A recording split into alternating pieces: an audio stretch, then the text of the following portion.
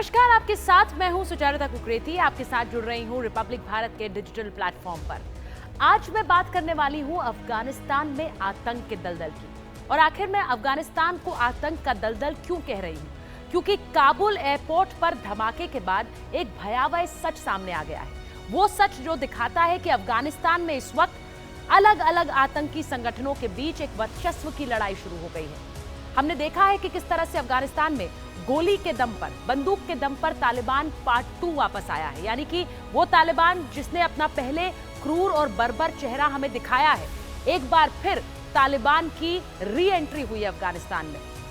दुनिया का कोई ऐसा मुल्क नहीं है जो तालिबान को अभी तक मान्यता दे रहा है। तालिबान को आतंकी संगठन ही माना जाता है। लेकिन तालिबान के साथ साथ अफगानिस्तान की एक और सच्चाई सामने आ गई है कि सिर्फ तालिबान ही वो आतंकी संगठन नहीं है जो अब अफगानिस्तान में राज करेगा।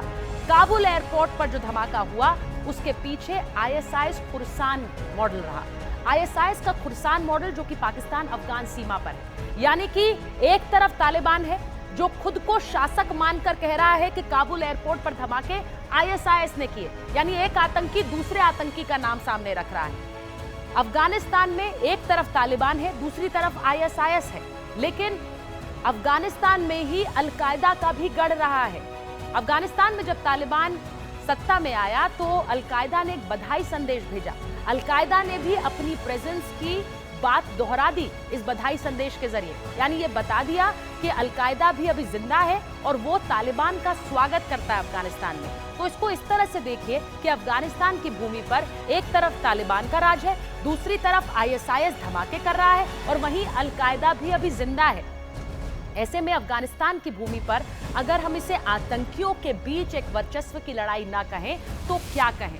अफगानिस्तान में जो काबुल एयरपोर्ट पर धमाका हुआ, उसके पीछे आईएसआईएस था।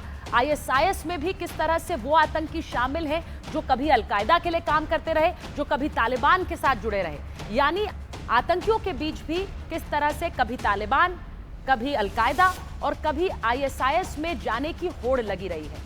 लेकिन सबसे बड़ा सवाल यह है कि अमेरिकी सेना 20 साल तक अफगानिस्तान में रही।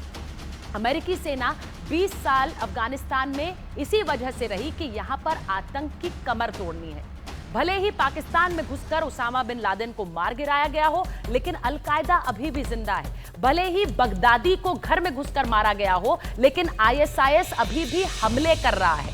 और दूसरी तरफ तालिबान तो पूरा का पूरा शासन अफगानिस्तान का अपने हाथों में लेकर खड़ा हो गया है। इसीलिए स्वाभाविक है कि अमेरिका में और पूरी दुनिया में जो बाइडेन पर सवाल उठ रहे हैं, अमेरिका पर सवाल उठ रहे हैं कि 20 साल आपने शासन किया, लेकिन अगर आईएसआईएस भी जिंदा है, हमले कर रहा है, अलकायदा भी जिंदा है और तालिबान भी वापस आ गया, तो 20 साल अमेरिका ने आखिर अफगानिस्तान में रहकर किया क्या?